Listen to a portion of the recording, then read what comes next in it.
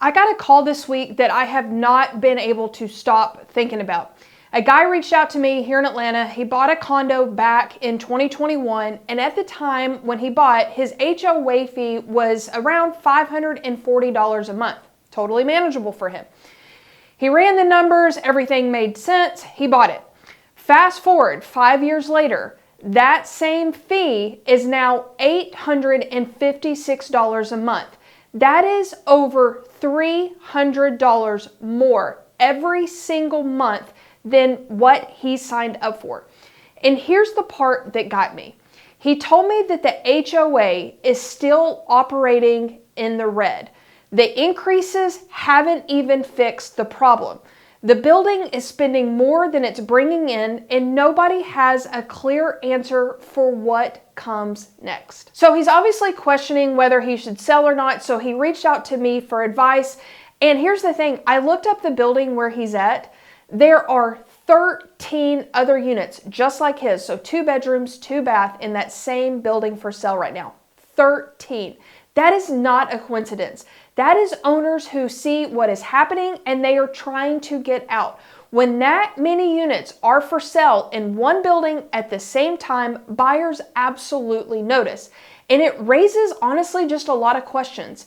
And what makes an already difficult sell makes it even harder. So he wanted to know what his options were. And honestly, they're limited.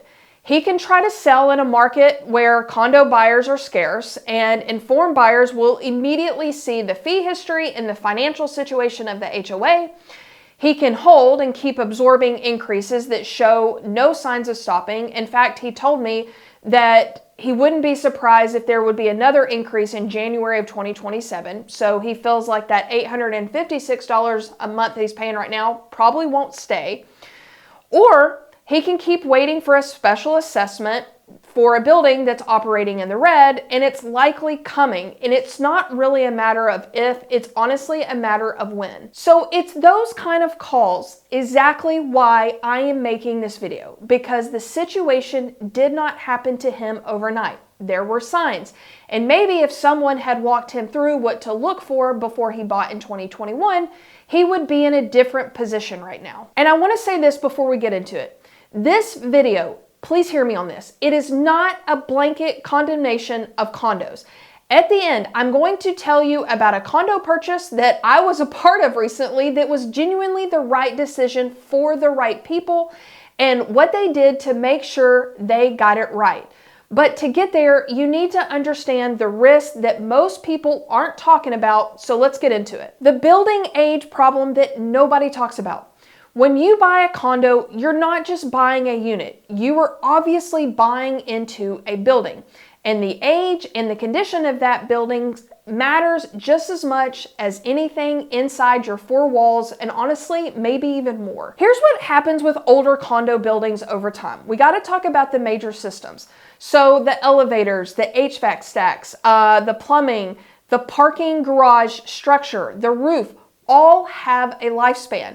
So when you're looking at a building that was built in the early 2000s, a lot of those systems are now approaching the end of life right now. And here's the thing, all at the same time. And when multiple major systems need attention simultaneously, the reserve fund gets hit hard and fast. Now, a well-run building with strong reserves and a proactive management handles these things, right? The money is there, the work gets done, and the owners only absorb these fees through modest fee increases, not these big jumps. But a building that has been kicking the can down the road, deferring maintenance, keeping reserves artificially low to keep fees attractive to buyers, face an absolute reckoning. And when that reckoning comes, it comes in the form of fee increases that don't stop and special assessments that land on every owner's doorstep, whether they saw it coming or not. Here's my best piece of advice. Run the numbers not just on today's fees, but what those fees could realistically look like in 5 years. HOA fees in Atlanta have increased by more than 12%. From 2022 to 2024 alone. Build that into your planning before you commit. Here's what I'm basically saying. Don't put most of your monthly income into a condo with no breathing room. Okay, so how do you tell a good building from a building maybe that you should stay away from? This is the skill that separates buyers who end up really happy in their buildings and the ones who end up extremely frustrated or maybe even in a bad financial situation. And here's the thing, it's learnable. You just have to know what to look for. The first thing I look at is the board meeting minutes. Not the financials, the minutes. The financials tell you, obviously, the numbers for the HOAs. The minutes tell you the conversations. These are essentially outlines on a piece of paper. You can read through them that you can see everything that the board is discussing. They tell you what the board is worried about, what maintenance issues are coming up, what projects are being deferred or maybe being discussed, whether there's tension among homeowners. And here's the thing, I usually ask for the last 12 months of meetings on every condo transaction that I'm involved in. They will tell you more about a building's health than any other document. The second thing is the reserve fund. Is it funded at a healthy level? At least 10% of the annual budget, or is it running thin? Better yet, is it operating in the red like the building that we talked about at the top of the video? A complete picture should include the HOA fee history, any planned increases, special assessments in the last 5 years, the delinquency rate for homeowners, and any capital projects planned in the next 1 to 5 years. A building with an underfunded reserve is a building where a special assessment, I promise you, is on the horizon. It is not a question of if, it's honestly a question of when. The third thing is the physical condition of the common areas.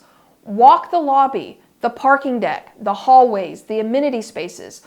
Are they cleaned and well maintained, or are there signs of deferred maintenance? I don't know, maybe peeling paint, aging fixtures, equipment that looks like it hasn't been touched in years. The common areas tell you how seriously the building takes its obligations. I mean, I'm no rocket scientist, but if they can't keep the lobby looking good, they're probably not staying ahead of the mechanical systems either. And another one I don't feel like people do at all, or especially enough of, is talk to other residents. Not the listing agent or even your buyer's agent. Talk to people who actually live there. Ask them whether they're happy. Ask them how management handles maintenance requests. Ask them whether they'd buy there again, or heck, even recommend the building to family or friends. Those conversations will tell you what no document ever will. The parking question that nobody asks. This one sounds minor, honestly, until it isn't. And I have watched it create real frustrations for buyers who didn't think to ask while they were looking at homes. Not every condo in Atlanta comes with a dedicated parking spot. Some come with maybe one assigned space, some come with two, some come with none. And in buildings where parking is assigned, you need to know whether that spot is deeded to your unit or whether it's a license, because a licensed space can theoretically be reassigned by the building's management. And location of the spots matters too. A space on the same level as the elevator is a completely different daily experience from a space on the bottom level of a parking structure with no direct access. And guest parking is a big one in these buildings.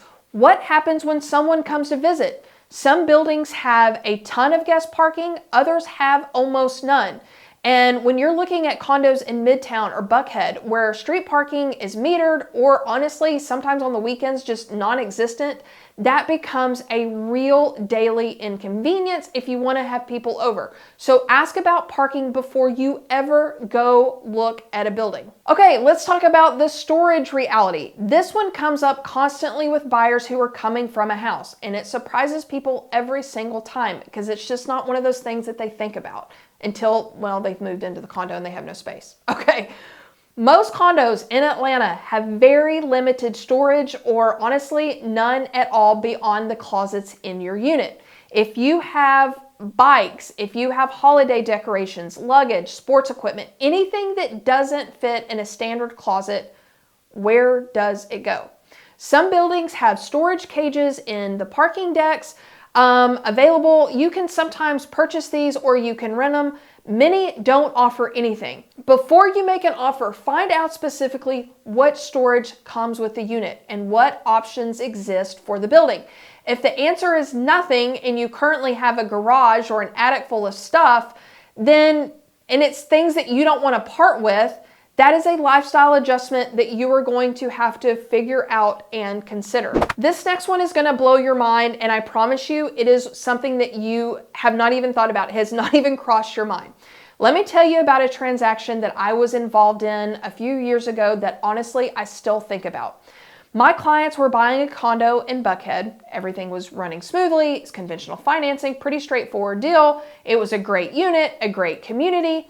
And a couple of weeks from closing, my trusted lender called and said, I have some news, and it changed everything. The building had a record of a balcony collapse. So it was on the community's insurance. A number of owners in that community had enclosed their balconies to create sunrooms. And those balconies were never designed to carry the weight of that type of structure. Well, one of them failed. It literally failed. Once that went on record, the entire community lost its eligibility for conventional financing. Not just the units with modified balconies. Every single unit in that community. Hundreds of people. So I had to have a very tough conversation with my clients, and I ultimately told them, listen, you cannot buy this unit. This is going to be a financial disaster if you ever go to resell it. The sellers in that community still exist, have to now find either cash buyers or specialty lenders, both of which come with a significantly smaller buyer pool and steep discounts on price. Though no fault of their own, they are stuck because of decisions made by their neighbors and something that was never stopped by the HOA. This is one of the most important things to understand about condo ownership. You share a structure with other owners, and if someone makes a modification that compromises that building's financing eligibility or structural integrity, everyone absorbs the consequences. You're not just buying a unit, you are buying exposure to every decision made inside that building. The next buyer problem. Here is a question most people never ask when they're buying a condo, and it's honestly one of the most important ones. Who is going to buy this from me 10 years from now, or whenever you go to resell it? The traditional condo buyer, let's talk about maybe young professional in their late 20s, early 30s, using it as an entry point into ownership. These people are increasingly choosing townhomes instead. They want outdoor space, a garage, a little more space, because a lot of them have some flexibility with work, so they need a home office. And honestly, they are watching what has happened to condo values, and they are just making a different decision. Here's the reality. In Atlanta, some one-bedroom condos that were selling for $300,000 just a few years ago are now being listed closer to $250,000, a dramatic reset in pricing. This is not just a market correction. This is a reflection of a structural shift in who wants these properties and what they're willing to pay for them. And listen, this does not mean condos have no resale future.